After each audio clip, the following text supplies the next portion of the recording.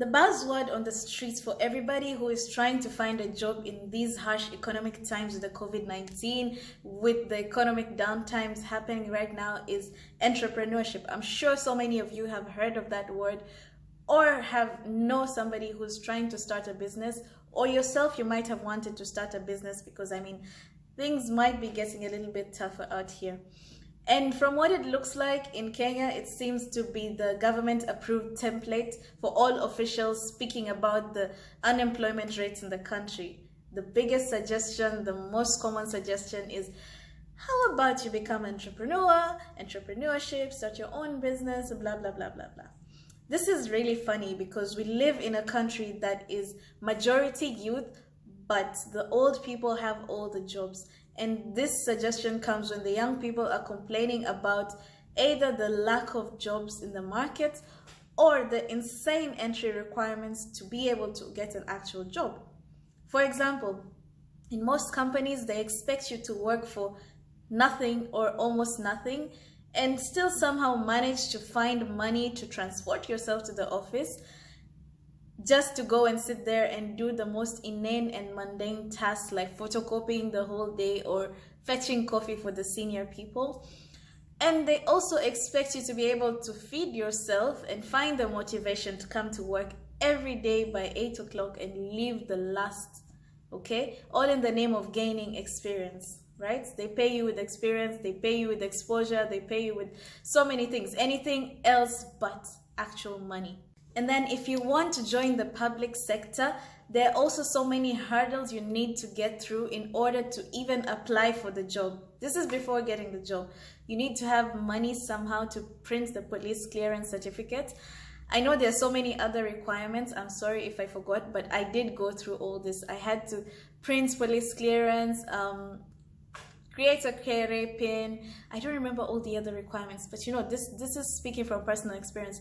I think it cost about 5,000 shillings just to get the required documents to be able to submit my application. I was a jobless graduate. I mean, our country, our system does not even make sense. I don't even want to go down that road because I'm gonna be so pissed.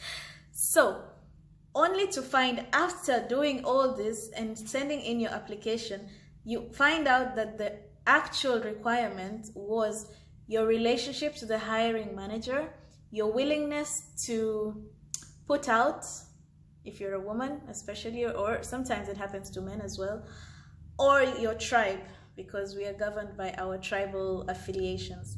So it was not about your qualifications, it was not about anything important. Only those three. If there are more, probably they already pre-selected a candidate. Anyway, you know the politics. Other than that is the constant pressure from your parents or your extended family who see your peers doing well and assume that the reason you cannot get a job after going through a whole degree program is because you're lazy. So the questions will start. Oh, so you're sleeping until 10 o'clock. Oh, so you have nothing to do. Have you applied for jobs? I mean, this goes on and on and on, but our parents' generation do not know that the job market, first of all, is different. All the requirements, even to enter it, are also different. For example, most entry-level jobs require you to have 2 years experience. Where are you going to find 2 years experience from when the companies are hiring, they want only graduates? When you go to intern, your entire job is to get coffee and to photocopy and to run errands. I mean, come on, let's be realistic here.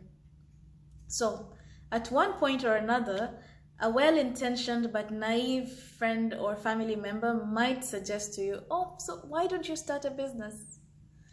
Great, why didn't you think about that before? I mean, you can be your own boss, you can wake up whenever you want to, you can control your own money, and most of all, you can hire other people, right? So this is where I come in. The next series is about entrepreneurship. So if you or anybody else you know wants to start a business, this series is for you.